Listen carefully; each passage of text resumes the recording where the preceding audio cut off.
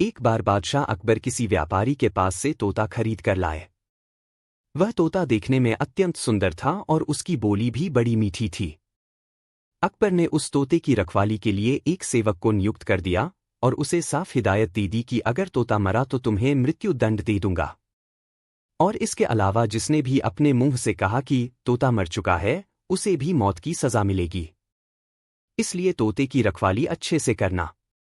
सेवक तोते को लेकर चला गया और बड़े उत्साह से उसकी देखभाल करने लगा। उसे कहीं ना कहीं यह डर सता रहा था कि अगर कहीं बादशाह का तोता मरा तो उसकी जान पर बन आएगी। और फिर एक दिन ऐसा ही हुआ। तोता अचानक मर गया। अब सेवक के हाथ पांव फूलने लगे। उसे बादशाह अकबर की कही बात याद थी। वह तुरंत दौड़कर बीरबल के पास गया और पूरी बात बताई। बीरबल ने उस सेवक को पानी पिलाया और कहा, चिंता मत करो, मैं बादशाह से बात करूंगा। तुम बस इस समय उस तोते से दूर हो जाओ। थोड़ी देर बाद बीरबल अकेले बादशाह के पास गए और बोले कि मालिक, आपका जो तोता था वह। इतना बोलकर बीरबल ने बात अधूरी छोड़ दी।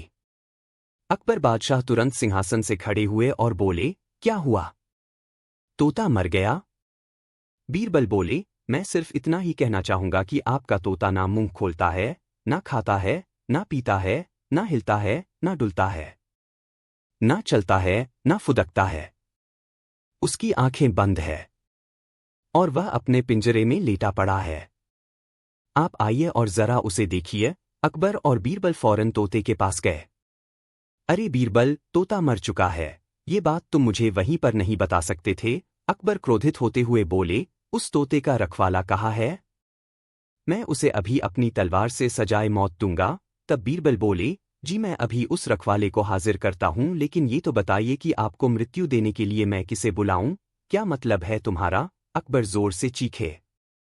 जी, आप ही ने तो कहा था कि जो कोई भी बोलेगा कि तोता मर चुका है, उसे भी मौत की सजा दी जाएगी, और अभी कुछ देर पहले आप ही के मुख से ये बात निकली थी। अब अकबर को अपनी गलती का एहसास हो गया। बीरबल की इस चतुराई से अकबर हंस पड़े और वे दोनों हंसते हंसते दरबार लौट गए। अकबर ने तुरंत घोषणा कर दी कि सेवक पर कोई कार्यवाही नहीं की जाएगी। तोता अपनी मौत मरा है, उसमें किसी का कोई दोष नहीं है।